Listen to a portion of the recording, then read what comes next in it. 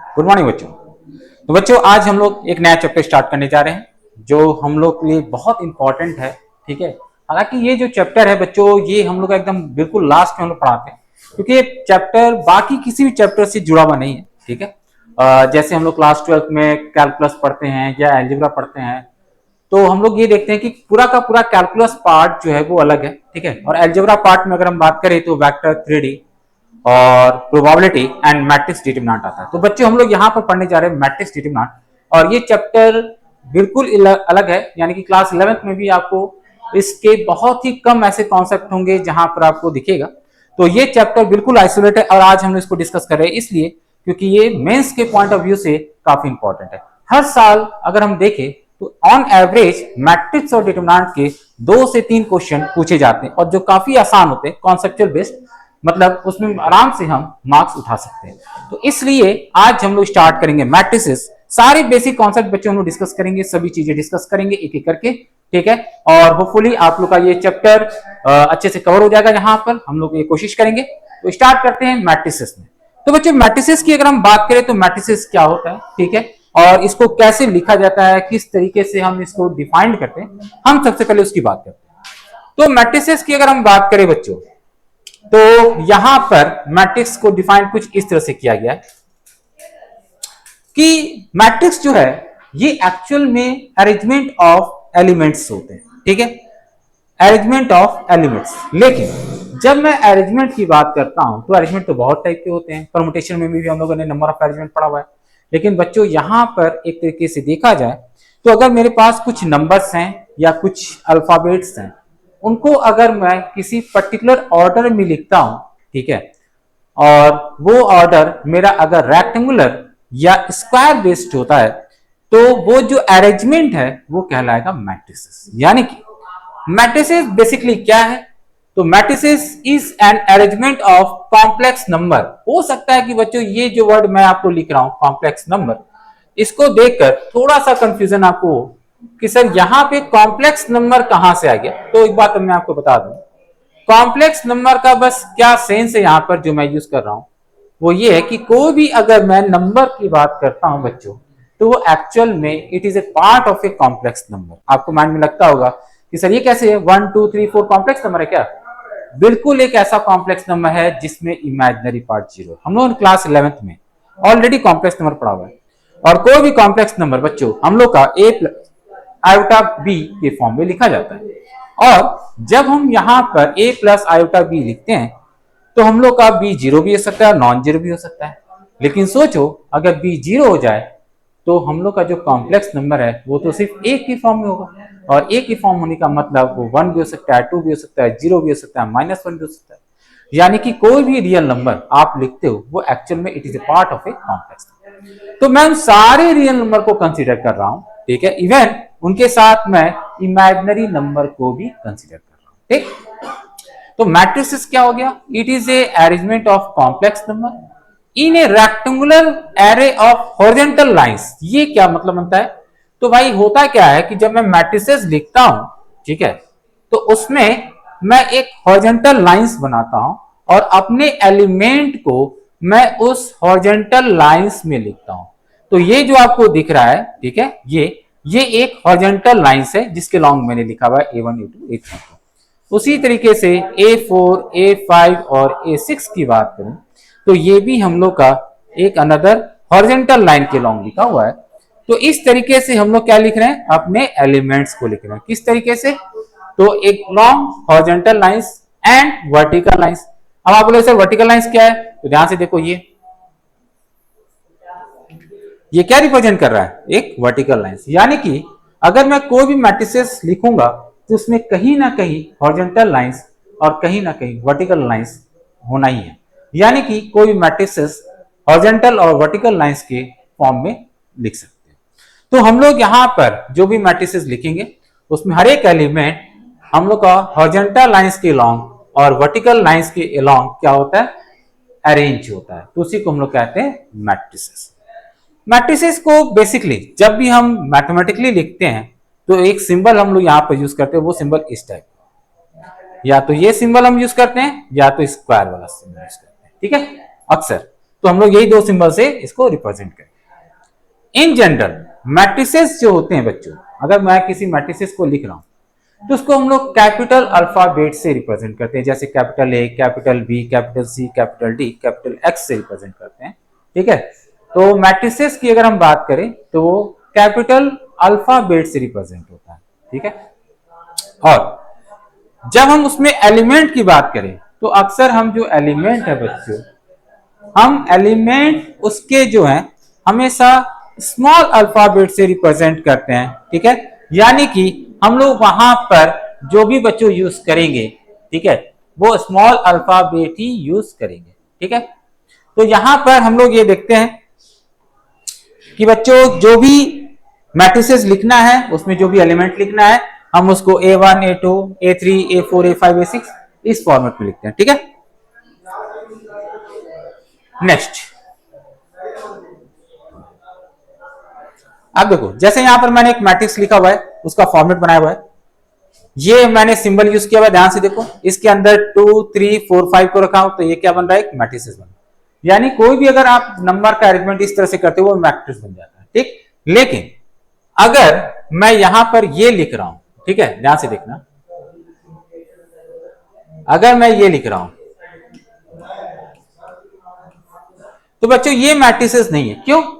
क्योंकि एक्चुअल में इस हॉरिजॉन्टल में दो एलिमेंट, तो इस हॉरिजॉन्टल लाइंस में भी दो एलिमेंट होने ही चाहिए, या मैं ऐसा कोई मैट्रिसेस नहीं लिख सकता हूं।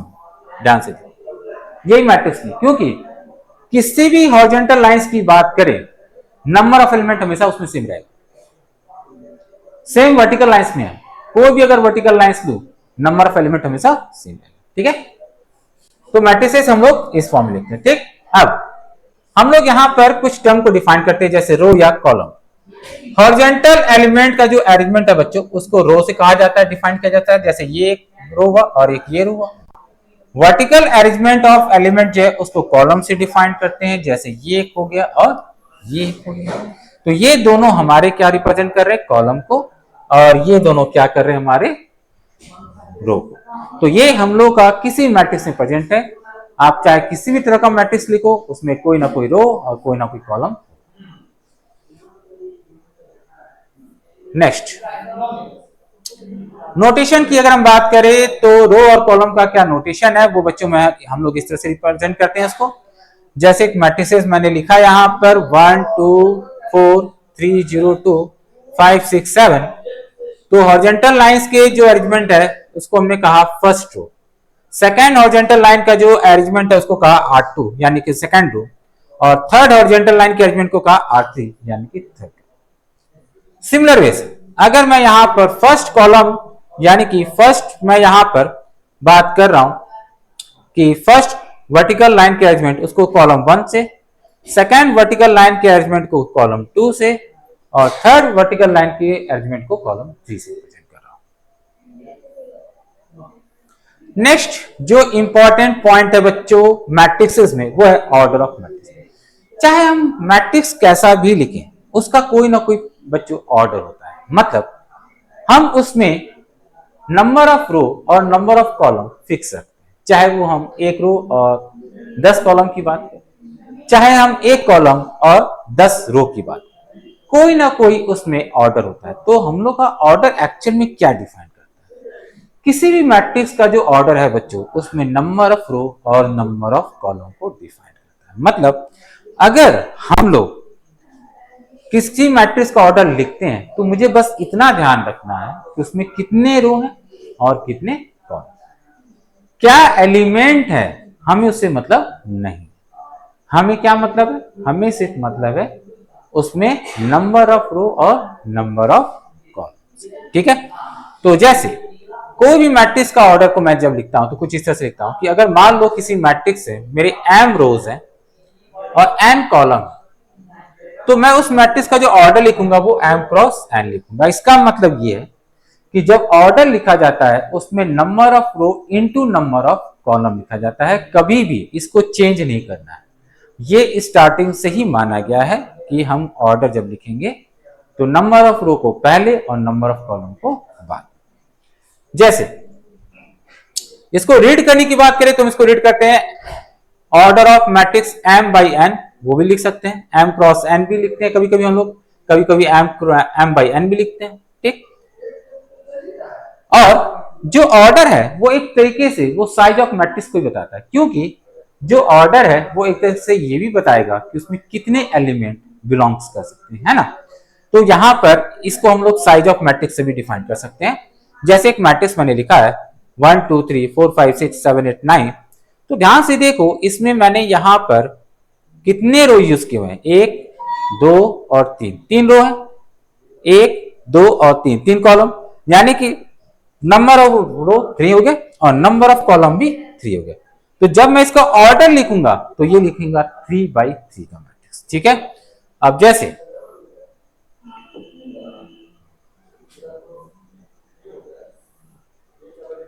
मान लो मैं मैट्रिक्स लिख रहा हूं, ये तो इसका ऑर्डर जब लिखूंगा तो मैं पहले रो काउंट करूंगा, ये R1, ये R2, ये R3, ये C1, ये C2, तो 3 रो है और 2 कॉलम है, तो ऑर्डर जो होगा बच्चों वो हो जाएगा 3 बाई 2, यानी कि 3 क्रॉस 2 हो जाता है। तो इस तरीके से हम लोग क्या डिफाइन करते हैं, ऑर्डर ऑफ मैट्रिक्स।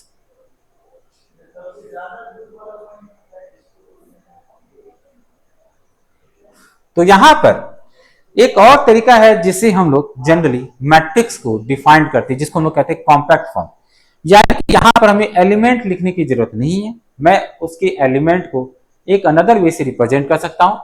तो वो होता है कुछ इस तरह से, अगर हम लोग का मैट्रिक्स ए है तो मैं उस मैट्रिक्स के एलिमेंट को कुछ इस तरह से डिफाइन कर रहा हूं, ब्रैकेट के अंदर ए आई जे, और ये मेरा ऑर्डर को डिफाइन करेगा, ठीक है, m क्रॉस n, जहां i की वैल्यू 1 से लेकर m तक जाएगी और j की वैल्यू 1 से m तक। एक्चुअल में ए आई जे जो है वो हम लोग का उस मैट्रिक्स का जनरल एलिमेंट होता है। मतलब अगर मैं यहां पर कोई भी मैट्रिक्स लिखूंगा, कोई भी मैट्रिक्स लिख रहा हूं 2 3 4, तो ए आई जे जो है वो इन चारों में से कोई भी एलिमेंट को रिप्रेजेंट कर सकता है, ठीक है। कैसे रिप्रेजेंट करेगा, तो ध्यान से देखो, यहां पर हम लोग का जो ए आई जे है बच्चों, ठीक, इसमें हम लोग देख रहे हैं कि आई की वैल्यू कहां तक जा रही है, 1 से लेकर m तक, यानी कि आई की वैल्यू यहां पर जा रही है 1 से लेकर 2 तक, और नंबर ऑफ कॉलम कितना है, 2 है, तो ये भी 2 तक जा रहा है। तो जब मैं यहां पर सारे एलिमेंट को लिखूंगा ए आई जे से, तो कुछ इस तरह से लिखूंगा A11, ठीक।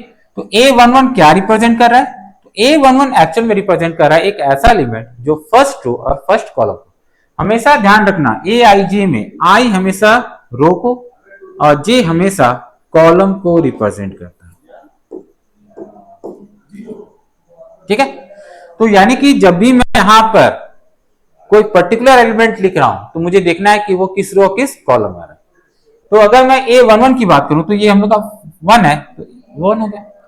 अगर मैं यहां पर इस एलिमेंट की बात करूं तो ये फर्स्ट रो और सेकंड कॉलम में आता है, यानी A1 और इसकी वैल्यू 2। अगर मैं इसकी बात करूं तो ये सेकंड रो और फर्स्ट कॉलम में आता है, तो A21 3, और ये एलिमेंट हमारा सेकंड रो सेकंड कॉलम में आता है, यानी 4। तो इस तरीके से हम लोगों ने उस मैट्रिक्स के एलिमेंट को एक जनरल वे से रिप्रेजेंट, तो कोई भी मैट्रिक्स अगर मैं लिखता हूं बच्चों तो मैं उसको इस तरीके से क्या कर सकता हूं, रिप्रेजेंट कर सकता हूं, ठीक है। चाहे मैं मैट्रिक्स कैसा भी लूं, हम लोग इसको इस तरह से कर सकते हैं।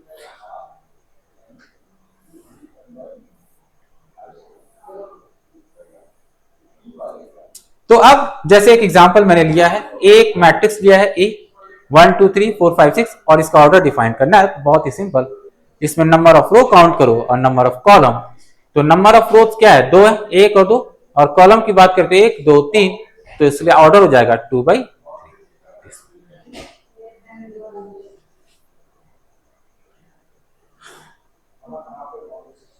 ठीक है। तो नेक्स्ट अब हम लोग आते हैं टाइप्स ऑफ मैट्रिक्स। देखो बच्चों, अभी मैं कुछ प्रॉब्लम डिस्कस नहीं कर रहा हूं, प्रॉब्लम को मैं आगे डिस्कस करूंगा। एक बार कुछ बेसिक टाइप में डिस्कस कर लूं यहाँ पर मैट्रिसेस, उसके बाद हम लोग प्रॉब्लम में आएंगे, ठीक है। तो नेक्स्ट हम लोग का जो है कुछ टाइप बनाए गए मैट्रिसेस में। ये मैट्रिसेस के जो टाइप है बच्चों वो आपको अक्सर प्रॉब्लम में दिख जाते हैं। तो कुछ 5-6 टाइप्स हैं जो आपको याद रखने हैं कि ये अक्सर प्रॉब्लम में यूज होंगे, ठीक है। तो हम लोग आते हैं एक एक करके टाइप्स में। तो सबसे पहला हम लोग आता है स्क्वायर मैट्रिक्स। तो स्क्वायर मैट्रिक्स से पता चल जाता है कि हम यहाँ पर बच्चों जो भी साइज की बात कर रहे हैं या जो ऑर्डर की बात कर रहे हैं वो हम लोग को एक स्क्वायर की तरह दिखना चाहिए। इसका मतलब अगर मैं एक स्क्वायर मैट्रिक्स की बात कर रहा हूं तो स्क्वायर मैट्रिक्स एक ऐसा मैट्रिक्स है जिसमें नंबर ऑफ रो और नंबर ऑफ कॉलम इक्वल हो जाते हैं, वो हम लोग का कहलाता है स्क्वायर मैट्रिक्स। यानी कि m इक्वल टू क्या हो जाएगा, n हो जाएगा। तो m इक्वल टू n क्या कहलाएगा, हम लोग का स्क्वायर मैट्रिक्स कहलाएगा, ठीक है। और जब भी मैं स्क्वायर मैट्रिक्स को डिफाइन कर रहा हूं तो इसमें आपको जब भी ऑर्डर लिखा जाता है तो स्क्वायर मैट्रिक्स का ऑर्डर कहा जाता है square matrix of order 2, square matrix of order 3। इसका मतलब इसमें रो और कॉलम को अलग अलग नहीं बताया जाता क्योंकि दोनों सेम होते हैं। तो आप उसको स्क्वायर मैट्रिक्स ऑफ ऑर्डर 2 लिखो चाहे स्क्वायर मैट्रिक्स ऑफ ऑर्डर 3, चीजें सेम है, ठीक है। जैसे देखो 2 3 5 4 ये जो मैंने मैट्रिक्स लिखा है इसमें नंबर ऑफ रो कितने 2 है, नंबर ऑफ कॉलम कितने 2 है। तो नंबर ऑफ रो और नंबर ऑफ कॉलम बराबर है इसलिए इसको हम लोग कहेंगे एक स्क्वायर मैट्रिक्स। नेक्स्ट हम लोग आते हैं रेक्टेंगुलर मैट्रिक्स। तो रेक्टेंगुलर के नाम से पता चलता है कि भाई एक ऐसा मैट्रिक्स जो रेक्टेंगुलर की तरह दिखे, यानी कि नंबर ऑफ रो और नंबर ऑफ कॉलम अलग अलग।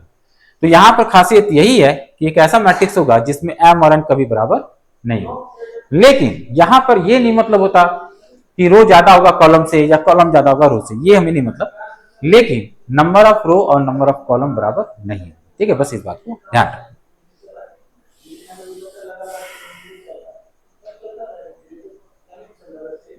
नेक्स्ट हम लोग आते हैं एक मैट्रिक्स लिए 2 3 4 2 3 4। तो ये जो मैट्रिसेस हैं इसमें हम देख रहे हैं कि नंबर ऑफ रो 2 है और नंबर ऑफ कॉलम 3 है, इसलिए ये हम लोग का क्या डिफाइन करता है, रेक्टेंगुलर मैट्रिक्स, ठीक है।